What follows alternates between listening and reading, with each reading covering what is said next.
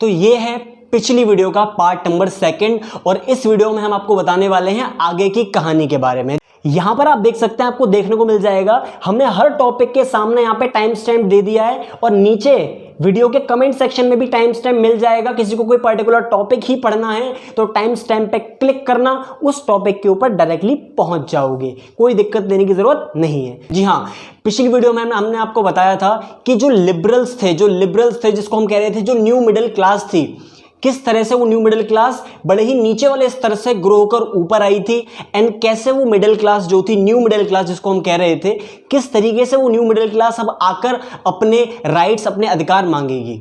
ठीक है, तो हमारा नया टॉपिक जो स्टार्ट होता है वो है what liberal nationalism stands for. ये लिबरलिज्म है क्या आखिर, पता है क्या किसी को? चलिए जानते हैं खुद लिबरल्स से। आइए, तो जैसे कि आपको हमारे ये लिबरल्स बताएंगे कि व्हाट एक्चुअली लिबरलिज्म इज। जी हाँ, तो लिबरलिज्म इनके हिसाब से क्या होता है? लिबरलिज्म जो है ये एक रूट, एक लैटिन वर्ड था जिसका नाम होता था लिबर, उस वर्ड से निकलकर आता है ये। और लिबर का मीन्स क्या होता है इंग्लिश के अंदर? Libre means free. It means कि एस आइडियोलॉजी जो इस चीज को प्रोवोक करती है, आइडियोलॉजी ऑफ बीइंग फ्री। क्या? Ideology of being free. तो जो लिबरल नेशनलिस्ट होते हैं, जिनको हम कहते हैं लिबरल्स, जिनको कहते हैं, जिनको न्यू मिडिल क्लास वाले पीपल कहते हैं, उनकी दो बेसिक डिमांड होती थी। क्या होती थी? दो बेसिक डिमांड्स। फर्स्ट होती थी economical demand and second was political demand. तो सबसे पहले जानते हैं इसके अंदर कि what was there political demand. तो पॉलिटिकल डिमांड के अंदर उनकी डिमांड होती थी कि they want government by consent. उनको क्या चाहिए था कि गवर्नमेंट अगर बनाई जाए तो उनका कंसेंट लिया जाए। कंसेंट क्या होता है? उनकी परमिशन ली जाए, उनका भी इसके अंदर कुछ ना कुछ योगदान रहे। First is government by consent. Second क्या होता था? सेकंड होता था they want inviolability of private property. वो क्या चाहते थे? They want inviolability of private property, मतलब कि उनके पास भी अधिकार होना चाहिए ताकि वो प्राइवेट प्रॉपर्टी को होल्ड कर सके। प्राइवेट प्रॉपर्टी की उनकी सुरक्षा होनी चाहिए, ऐसा नहीं कि कोई भी कभी भी आकर उनकी प्राइवेट प्रॉपर्टी पे कब्जा कर ले। ठीक है, तो ये होता था पॉलिटिकल स्फेयर। सेकेंड वन क्या है आपके पास? Economic sphere, economic demands of liberals या economic demand of new middle class. Economic demand में वो क्या डिमांड करते थे? इकोनॉमिक प्रॉब्लम थी कि वो चाहते थे कि उनका जो मार्केट होना चाहिए, मार्केट शुड बी फ्री, है ना। जैसे कि आज के टाइम में आप मार्केट को देखते हो कि मार्केट जो है गवर्नमेंट के इंटरवेंशन से बहुत ज्यादा फ्री है। तो they also want market to be free and they also want to abolish the restrictions which were made out of them. उनके लिए जो बहुत सारे टैरिफ बैरियर्स लगाए हुए थे, जो उनके ऊपर रेस्ट्रिक्शंस थी लिबरल्स के ऊपर या कह सकते हैं न्यू मिडिल क्लास के ऊपर, वो चाहते थे कि उनके ऊपर से वो रेस्ट्रिक्शंस भी रिमूव कर ली जाए। तो ये थी उनकी इकोनॉमिक डिमांड। अब इन डिमांड्स को पूरी करने में, उनको ग्रो होने में कुछ दिक्कतें आ रही थी, कुछ ऑब्स्टिकल्स आ रहे थे। क्या आ रहे थे? जी हाँ, कुछ ऑब्स्टिकल्स आ रहे थे। तो उन ऑब्स्टिकल्स का सल्यूशन निकालने के लिए अब सबसे पहले हमें जानना पड़ेगा कि उन्हें परेशानी क्या थी, ऑब्स्टिकल्स क्या थे। तो सबसे पहला ऑब्स्टिकल जो था उनके सामने, वो तो नॉर्मल सी चीज, आपको पता है क्या था? वो था अनइवन यूनिट मेजरिंग सिस्टम। जैसा कि आपको पता है नेपोलियन बोनापार्ट ने फ्रांस के अंदर एक कॉमन यूनिट मेजरिंग सिस्टम लेकर आया था, लेकिन पूरे यूरोप के अंदर ऐसा नहीं हो पाया था, है ना। तो यूरोप की काफी जगह के अंदर क्या था? काफी जगह के अंदर यूनिट मेजरिंग सिस्टम सही नहीं था। जैसा कि मैं आपको बताता हूं, एक यूनिट मेजरिंग सिस्टम होता था जिसको कहते थे एलए। क्या कहते थे? एलए। एलए का क्या होता था?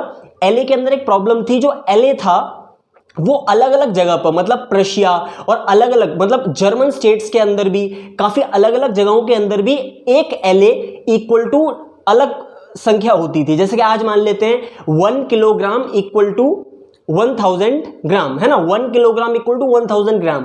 ये इंडिया के अंदर भी सही है बात, अमेरिका में भी यही होता होगा, काफी जगह पे यही यूनिफॉर्म चल रहा है ना। लेकिन वहां पे क्या था कि 1 LA जो होता था, 1 LA फ्रैंकफर्ट के अंदर 1 LA होता था 54.7 सेंटीमीटर के बराबर, है ना। ये LA जो होता था ये क्लॉथ को नापने की मेजरिंग यूनिट होती थी बेसिकली।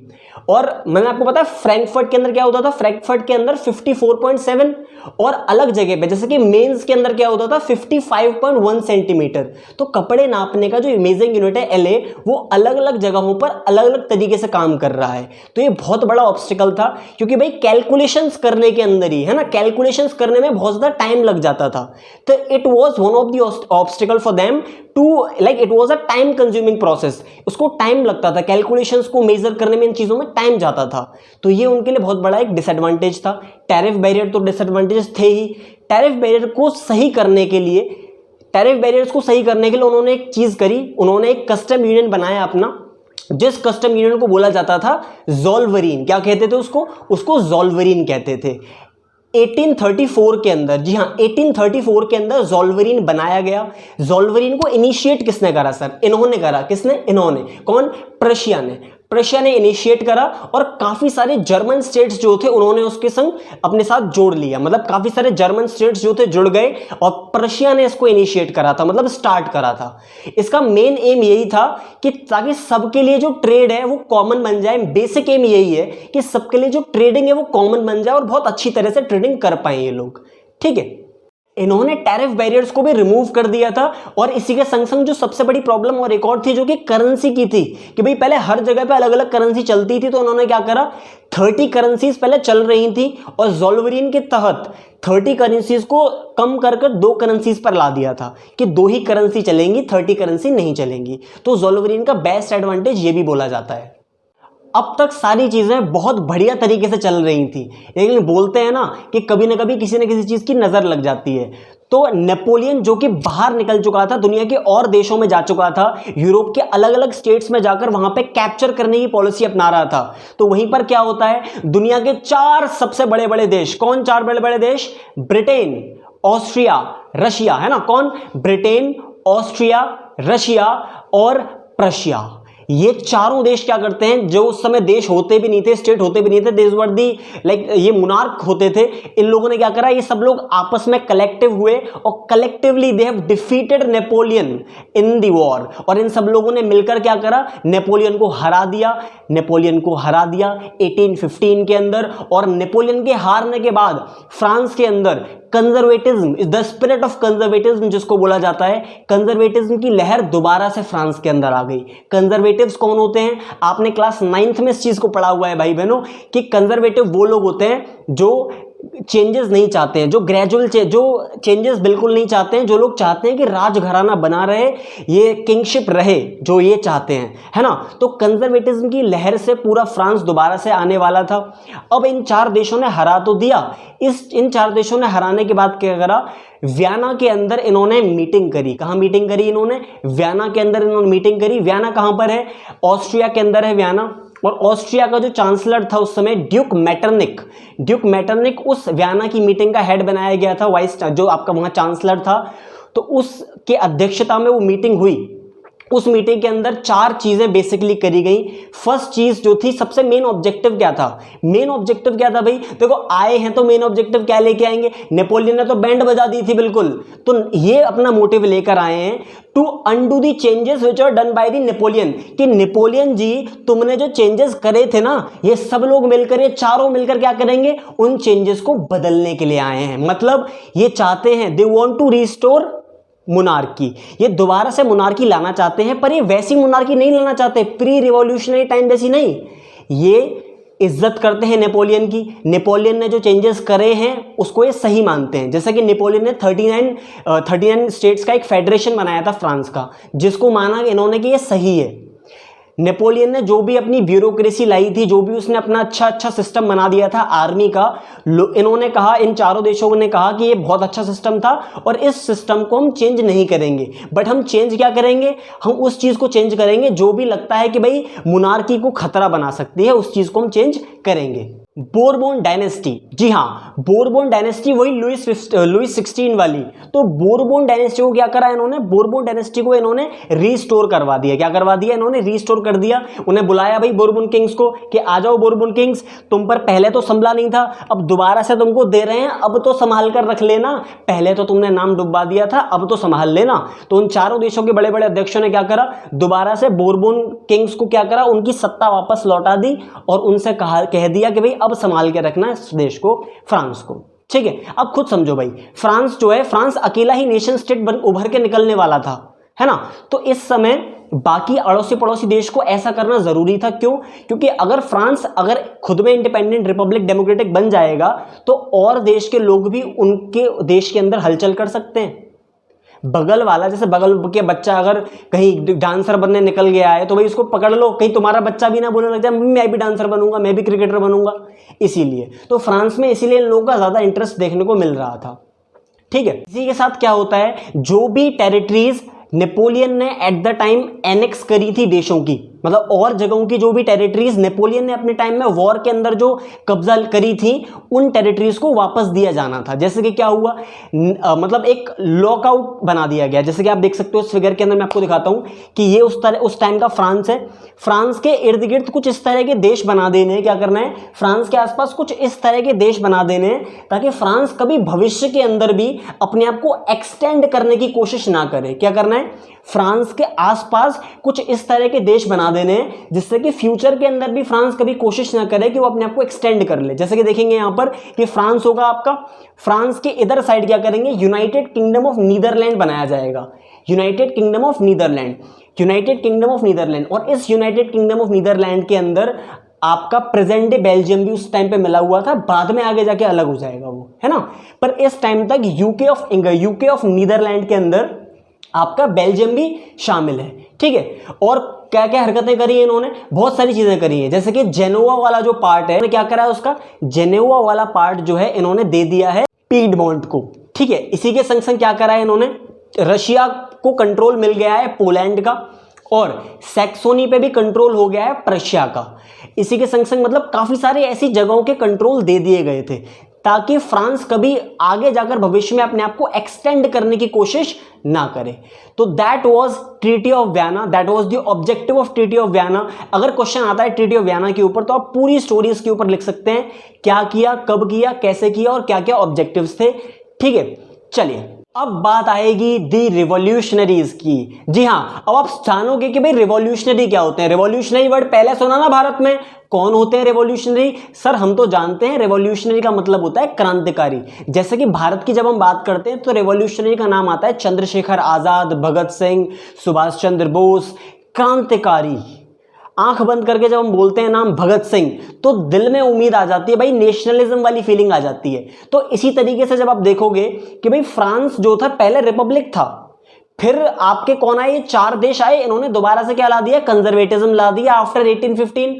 अब क्या है भाई, ये तो पहले आजाद थे, नेपोलियन के टाइम पे मजा आ रहा था इनको, अब इन्होंने आजादी का स्वाद क्या कर रखा है, सूंघ रखा है और चख रखा है। तो अब इनको चाहिए आजादी। ये क्या मांगते, आजादी, इनको आजादी चाहिए। अब क्या होता है, देखो जब आजादी का कॉन्सेप्ट आता है इसी के संग संग रिवॉल्यूशनरीज आते हैं। तो एक बहुत बड़ा रिवॉल्यूशनरी मिलवाता हूं आपको रिवॉल्यूशनरी से, चलिए मिलिए इनसे। क्या नाम है इनका, नाम है इनका गुसिपी मजीनी। क्या नाम है, गुसिपी मजीनी। तो गुसिपी मजीनी कौन है सर, गुसिपी मजीनी वही इंसान है जो आगे जाकर बहुत बड़ा रोल प्ले करने वाला है हमारी इस स्टोरी के अंदर। गुसिपी मजीनी का जन्म कब हुआ, he was born in 1807, where he was born in Geneva.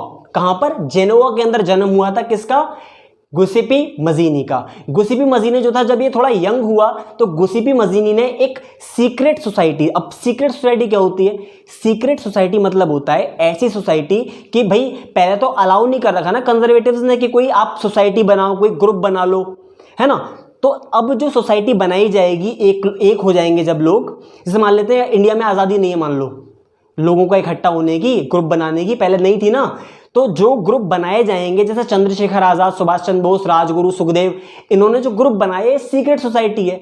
ऐसे ही एक सीक्रेट सोसाइटी थी उस टाइम पर जिसका नाम था कार्बनरी। क्या नाम था, कार्बनरी। तो कार्बनरी सीक्रेट सोसाइटी को ज्वाइन करा था किसने, हमारे यंग मैन गुसिपी मजीनी ने। और इसी गुसिपी मजीनी ने आगे जाकर भी अपनी खुद की भी सीक्रेट सोसाइटी बनाई है। क्या भाई, गुसिपी मजीनी जो है इस क्रांतिकारी के ऊपर बहुत सारे इल्जाम भी थे। इसके ऊपर इल्जाम लगाया गया था कि भाई तुमने बहुत बड़े मतलब रिवॉल्यूशन लाने की कोशिश करी है। क्या कोशिश करी है, लिगुरिया के अंदर तुमने रिवॉल्यूशन लाने की कोशिश करी है। तो इसके ऊपर इल्जाम था, इसको एग्जाइल कर दिया गया, ऐसे देश निकाला दे दिया गया, है ना। इसको जब निकाला दिया, से बाहर कर दिया, तो इसने एग्जाइल के अंदर भी बढ़िया काम करा। एग्जाइल में रहते हुए भी फ्रांस से इसने वहाँ पे यंग इटली, यंग यूरोप जैसी जो सोसाइटी थी सीक्रेट सोसाइटी, उनकी स्थापना करी। यंग इटली की करी थी मर्सल्स में और यंग यूरोप की करी थी बर्न के अंदर, ठीक है। तो इन जगहों पे इसने खुद की भी सीक्रेट सोसाइटी बनाई है। कहता है भाई तुम मुझे यहाँ नहीं करने दोगे, मैं कहीं बाहर जाकर कर लूंगा, पर मुझे क्रांति लानी है तो लानी है। तो गुसिपी मजीनी ने यही करा, बाहर जाकर भी क्रांति के लिए बहुत काम करा। भी उसका मानना क्या था, उसका बिलीव ये था, उसकी आइडियोलॉजी ये थी कि ही थिंक कि भाई गॉड जो है, गॉड ने क्या बनाया है, गॉड ने लोगों को, स्टेट्स को एक नेचुरल यूनिट ऑफ मैनकाइंड बनाया है। जो इटली है वो अलग अलग कैसे हो सकता है, भाई इटली तो यूनाइटेड होना चाहिए ना, तुम अलग अलग कैसे कर दोगे इटली को, कि इटली का जो नॉर्थ इटली है वो किसी और के पास है, ऐसा नहीं हो सकता। गुसिपी मजीनी ने तो इतना खतरनाक काम कर दिया था कि उस टाइम का ऑस्ट्रिया का चांसलर क्या बोल गया था, कौन चांसलर, नाम बताइए, ड्यूक मेटरनिक। ड्यूक मेटरनिक ने क्या बोला था, ड्यूक मेटरनिक ने बोला था कि जो आपका गुसिपी मजीनी है उसके लिए बोला था कि he is the biggest criminal, he is the biggest businessman, this is the biggest national issue. ये कह सकते हैं he is the biggest evil, he is the biggest enemy of our social order. मतलब उनके सोशल ऑर्डर का सबसे बड़ा enemy कौन है, गुसिपी मजीनी। मतलब गुसिपी मजीनी से सर डर रहे थे वो लोग उस समय वहां पर। तो ये था हमारा कंट्रीब्यूशन रेवोल्यूशनरी का, कि रेवोल्यूशनरीज क्यों आए, क्योंकि वो चाहते थे आज़ादी, वो चाहते थे एक नेशन स्टेट बनाना, और उसके अंदर सबसे बड़ा जो हमें देखने को मिलता है एग्जाम्पल, वो मिलता है गुसिपी मजीनी का। इसी के संग कहानी का नेक्स्ट टॉपिक आता है, क्या है, the age of revolution 1830 to 1848। मतलब अभी जो मैंने आपको टॉपिक डिस्कस करा रेवोल्यूशनरीज वाला, वहां गुसिपी मजीनी बड़ा कड़क काम कर रहा था। आपका ड्यूक मेटरनिक भी बोल गया था कि तो सबसे बड़ा दुश्मन है हमारे सोशल ऑर्डर का। तो इसी के संग संग अब आती है ऐसी एज, मतलब 1830s का टाइम है, 15 साल हो चुके हैं कंजर्वेटिज्म को आए हुए। यहां पर कोशिशें करी जाएंगी, क्या करी जाएंगी सर, कोशिशें करी जाएंगी, किसके द्वारा, आपके कंजर्वेटिव्स जो है वो कोशिश करेंगे, they will try to consolidate power, वो पावर को कंसोलिडेट करने की कोशिश करेंगे, इकट्ठा करने की कोशिश करेंगे। और उसी के साथ सामने अपोजिट कौन है इनके, देखो तो सही अपोज में कौन है, जो न्यू मिडिल क्लास है वो चाहेगी कि भाई लिबरलिज्म आ जाए, और आपका कंजर्वेटिज्म क्या चाहेगा, कंजर्वेटिव्स क्या चाहेंगे कि पावर कंसोलिडेट करें, अपने हाथ में पावर रख लें। और लिबरल्स क्या चाहेंगे, न्यू मिडिल क्लास वाले क्या चाहेंगे कि हम आजादी ले लें। तो यहीं से क्या हो जाएगा, डिवीजन हो जाएगा, एक बन जाएंगे यहां पर कौन, एक बन जाएंगे न्यू मिडिल क्लास वाले, और एक बन जाएंगे आपके कंजर्वेटिव्स। कंजर्वेटिव्स क्या चाहेंगे आपको दिख रहा है, और आपके न्यू मिडिल क्लास वाले क्या चाहते हैं वो भी आपको दिख रहा है। अब यहां पर होगी बहस स्टार्ट। पर 1830 के अंदर ऐसा क्या हो गया, 1830 के अंदर ऐसा कौन सा अपहीवल आ गया जिसकी वजह से दुनिया चौंक गई। जी हां, 1830 के अंदर हमारा फ्रांस बहुत बड़ा काम कर जाता है, वो मोनार्की को कॉन्स्टिट्यूशनल मोनार्की में बदल जाता है लड़कर। रेवोल्यूशन लाने के बाद जो हमारे क्रांतिकारी हैं उन्होंने रेवोल्यूशन लाया, और लाकर क्या करा, जो मोनार्की है उसको कन्वर्ट कर दिया किसमें, कॉन्स्टिट्यूशनल मोनार्की में। और मतलब जब उसको चेंज करा, मोनार्की से कॉन्स्टिट्यूशनल मोनार्की बनाया, तो उसका जो हेड बनाया गया, उसको हेड किसको बनाया गया, हेड बनाया गया लुइस फिलिप को। किसको बना दिया, लुइस फिलिप। कि लुइस फिलिप जो है ये भाई उनके थोड़े वंश में से ही आता है, लुइस 16 और इन सब के वंश में से ही आता है, ये कजन टाइप का आप मान लीजिए। तो लुइस फिलिप को हेड बना दिया गया है। मतलब 1830 के अंदर पहला अपहीवल हो चुका है फ्रांस के अंदर। फ्रांस में मोनार्की नहीं है, फ्रांस के अंदर क्या हो चुका है, कॉन्स्टिट्यूशनल मोनार्की आ चुकी है। ये बात देखिए, इसको देखकर औरों को भी प्रेरणा मिलेगी। क्या, इसको देखकर औरों को भी प्रेरणा मिलेगी, मतलब कैसे, पहला रिएक्शन देखिए, फर्स्ट रिएक्शन क्या, आपका जो यूनाइटेड किंगडम ऑफ नीदरलैंड है वो अलग हो जाएगा किससे, बेल्जियम। मतलब यूनाइटेड किंगडम ऑफ नीदरलैंड जो है वो दो भाग में बढ़ जाएगा, एक बन जाएगा present day Netherland and Belgium बन जाएगा, पहला रिएक्शन। दूसरा रिएक्शन क्या होगा, इसके बाद ही, फ्रांस में जब ये सब हो गया उसके बाद ही हो रहा है सब, है ना। सेकंड क्या देखने को मिलेगा, जो ग्रीस है, ग्रीस क्या है भाई, ग्रीस एक यूरोप का देश हुआ करता था जिसके ऊपर ऑटोमन एम्पायर ने कब्जा कर लिया था। ऑटोमन एम्पायर का यहाँ पे रूल 15th सेंचुरी से हो गया था। मुस्लिम एम्पायर जो था आपका, खलीफा जो थे, तो उन्होंने इस पे कंट्रोल जमा लिया था अपना। तो ग्रीक वॉर ऑफ इंडिपेंडेंस होगी जिसके अंदर लॉर्ड बायरन जैसे लोग आएंगे जो इंग्लिश पोइट है। मतलब ग्रीस के लोग जो ग्रीस में नहीं भी रहते, जो यूरोप के और पार्ट में रहते हैं, जैसे और अलग अलग हिस्सों में रहते हैं, वो लोग भी आएंगे और आके ग्रीस को सपोर्ट करेंगे, लड़ेंगे ग्रीस के लिए, और ग्रीस को 1832 के अंदर आज़ादी दिलवा देंगे। ये आज़ादी एकदम से नहीं आई है, 1821 से इसकी बात चल रही थी, पर 1832 के अंदर ये आज़ादी आ जाएगी। और एक ट्रीटी साइन होगा, ट्रीटी ऑफ कॉन्स्टेंटिनोपल। ये ट्रीटी साइन होगा ऑटोमन एम्परर और आपके जो लोग हैं, जो ग्रीस के जो सिटीजन्स हैं, उनके बीच में आपस में ही साइन होगा और इन दी एंड वो लोग बोल देंगे कि from today onwards you are independent, Greece will be treated as independent nation. अब आप देखिए, जुलाई रिवॉल्यूशन की वजह से बेल्जियम अलग हो गया, ठीक है, और second treaty of Constantinople sign हुआ तो इसकी वजह से आपका ग्रीस भी आजाद हो गया। ये दो रिएक्शन थे। ये कब हुआ? जब दुनिया ने देखा कि फ्रांस भी आजाद हो रहा है। तो इसी को लेकर एक बहुत सुंदर सी लाइन किसने बोली? ड्यूक मेटरनिक ने एक बहुत अच्छी लाइन बोली कि when France नीजेस rest of the Europe catches cold. मतलब जब फ्रांस को छींक आएगी, इसका मतलब पूरे यूरोप के अंदर कोल्ड हो जाएगा। फ्रांस जो करता है, पूरी दुनिया से मेरा मतलब है पूरा यूरोप उसको कॉपी करने की कोशिश करता है। तो फ्रांस इसलिए बहुत इंपॉर्टेंट रहा है, फ्रेंच रेवोल्यूशन इसीलिए बहुत इंपॉर्टेंट रहा है कि जो फ्रांस करता है, दुनिया उसको कॉपी डाउन करने की कोशिश करती। ये सब आप देख पा रहे हैं, ये सब पॉसिबल किस तरीके से हो पा रहा है। आपको लग रहा होगा कि लड़ाइयों से, वॉर से ये सब हो पा रहा है। आप मुझे एक आंसर दीजिए, क्या केवल वॉर की वजह से लोग कभी आपस में यूनाइटेड फील कर सकते हैं क्या? Answer is very no.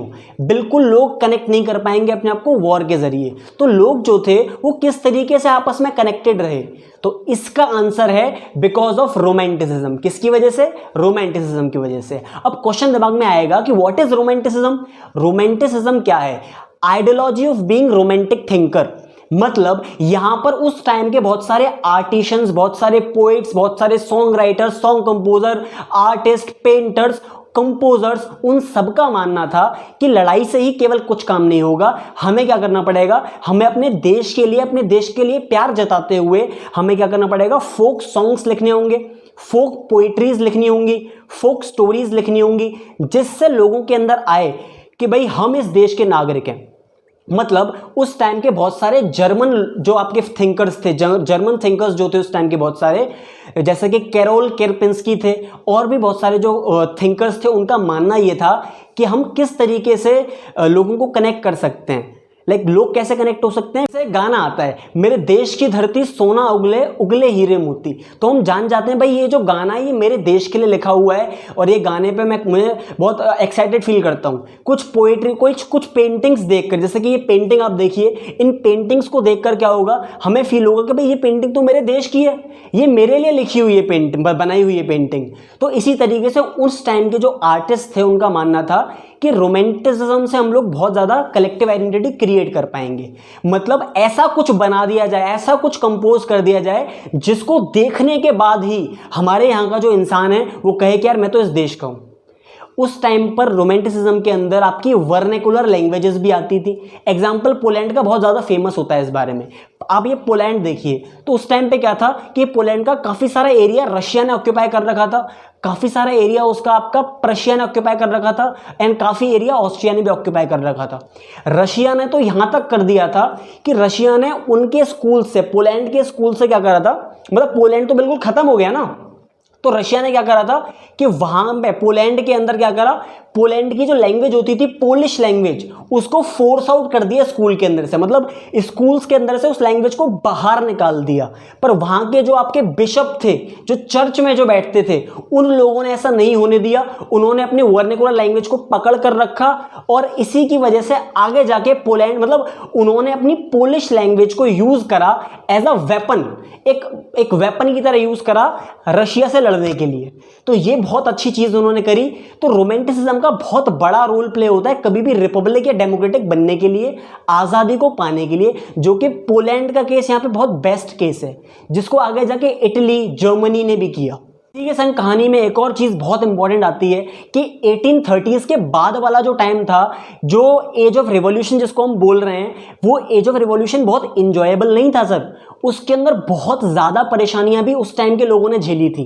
क्या? इस टॉपिक का नाम है, आप देख सकते हो, hunger, hardship and popular revolt. क्या? Hunger, hardship and popular revolts. तो उस टाइम पर क्या था 1830s के बाद कि पॉपुलेशन जो थी फ्रांस की वो ग्रेजुअली इंक्रीज होना शुरू हो गई, क्योंकि भाई टाइम जैसे जैसे बढ़ता जाएगा पॉपुलेशन तो इंक्रीज हो जाएगी। तो उस टाइम के बाद 1830s के बाद जो फ्रांस था उसकी पॉपुलेशन ग्रेजुअली इंक्रीज करने लग गई। अब एक क्वेश्चन आपके सामने मेरे पास है कि जब पॉपुलेशन बढ़ती है तो आप मुझे बताइए, जॉब की इच्छा रखने वाले लोग भी बढ़ जाते हैं या कम हो जाते हैं? Your answer would be simple कि जॉब की इच्छा रखने वाले लोग भी क्या हो जाते हैं, बढ़ जाते हैं। लेकिन उस टाइम पर वो टाइम पीरियड था इंडस्ट्रियलाइजेशन वाला, मशीन्स आ रही थी। जब मशीन्स आती हैं तो थोड़ा मतलब लेबर की डिमांड कम हो जाती है। तो उस टाइम ऑफ पीरियड में लेबर की डिमांड ग्रेजुअली कम होती जा रही थी और लोग निकल ज़्यादा रहे थे जॉब पाने के लिए। तो उस टाइम पीरियड को डिफाइन करा जाता है फ्रांस की हिस्ट्री में as the time period of pauperism. Pauperism मतलब क्या होता है, एक ऐसा टाइम पीरियड जहां पे एक देश के लोग बहुत गरीबी में जी रहे हैं, तो वो टाइम पीरियड बड़ा गरीबी वाला माना जाता है। मतलब ऐसा टाइम पीरियड जब भाई खाने के एक्चुअल प्राइसेस जो हैं वो एकदम से बढ़ना शुरू हो जाते हैं और लोग अफोर्ड नहीं कर सकते एक टाइम का खाना भी। तो वो कंडीशन हो गई थी फ्रांस की because of the hardship and hunger, है ना। तो ये परेशानियां जो है फ्रांस बहुत ज़्यादा झेल रहा था, बहुत ज़्यादा सह रहा था ये परेशानी फ्रांस। और इसी टाइम पे क्या होता है भाई, उसी टाइम पर एक कहानी आपको बताता हूँ। कहानी ये है, ये साइलेशा की कहानी है। इस कहानी में क्या होता है, ये बात है आपकी 4 जून की ये बात है। 4 जून दोपहर के 2 बज रहे थे लगभग, और आपका 1845 की बात है ये, है ना। उस टाइम पीरियड में क्या होता है, साइलेशा मतलब एक ऐसी जगह हमेशा से रही है जहां पे वीविंग का काम बहुत अच्छा होता था। वीविंग आपको पता है क्या, बुनना, कॉटन आएगा और बुनाई होगी, तो इस तरह का काम वहाँ होता था। तो कॉन्ट्रैक्टर क्या करते थे, कॉन्ट्रैक्टर आते थे, बहुत एक कॉन्ट्रैक्टर था, कॉन्ट्रैक्टर का नाम नहीं है स्टोरी के अंदर, कॉन्ट्रैक्टर आता था, वो कॉटन देके जाता था वीवर्स को। और उस टाइम पे साइलेशा के अंदर 18,000 वर्कर्स थे, ये वीवर्स थे जिसको मैं वीवर्स कह रहा हूं यहाँ पर। तो वो आता था कॉन्ट्रैक्टर और 18,000 वीवर्स को क्या देके जाता था, कॉटन देके जाता था, ताकि वो लोग क्या कर सकें, वो लोग वीविंग कर सकें। अब भाई मान लो काम अगर बढ़ेगा तो पैसे भी बढ़ेंगे। मान लो आज तुम कोई काम कर रहे हो जहाँ पे तुम्हारे पास 100 प्राइवेट एजेंसी ने आपको मान लेते हैं 50 ट्यूशन दिए हैं पढ़ाने के लिए और आपको पर बच्चे पे 500 रुपये मिलते हैं, ठीक है। अब मान लेते हैं उस एजेंसी ने क्या करा, आपको और 100 बच्चे दे दिए पढ़ाने के लिए, तो आपका जो 500 रुपये वाला है वो उतना ही स्लैब रहेगा। पर अगर वो एजेंसी आपसे 500 की जगह 200 कर देती है, अपना कमीशन ज़्यादा खाती है, तो आप तो परेशानी में आ जाओगे। अब तो कहोगे सर काम बहुत ज़्यादा है, पैसा नहीं है। तो यही हुआ साइलेशा के लोगों के संग। कॉन्ट्रैक्टर ने काम तो भर भर के दिया पर उस हिसाब से उनके पैसे नहीं दिए, उनके पैसे रिड्यूस कर दिए यहाँ पर, है ना। तो ये परेशानी उनको देखने को मिली। इस परेशानी को लेके वहां पे एक मुजूम इकट्ठा हुआ, हायर वेजेस की डिमांड करता हुआ मुजूम इकट्ठा हुआ उसके घर के बाहर, कॉन्ट्रैक्टर के घर के बाहर। और तारीख क्या थी, 4 जून थी। कितने बज रहे थे, दोपहर के 2 बज रहे थे। साल कौन सा था, 1845 वाला ये ईयर था। तो लोगों ने डिमांड करा भाई हायर वेजेस दे, उसने नहीं सुना। तो लोग थोड़ा जो प्रोटेस्ट था वो ये वायलेंट हो गया, लोग घर में घुस गए उसको मारने के लिए। जब लोगों ने मारना शुरू करा उसको, उसकी विंडोज तोड़ दी, उसके कपड़े जो थे बिल्कुल फाड़ डाले, मतलब कपड़े जो घर में रखे हुए थे, उसके कपड़े नहीं, कपड़े जो घर में रखे थे वो फाड़ दिए, लिटरली उन्होंने फर्नीचर तोड़ दिया। तो इस तरह की चीजें उन्होंने करी क्योंकि people were rushed into the house of contractor.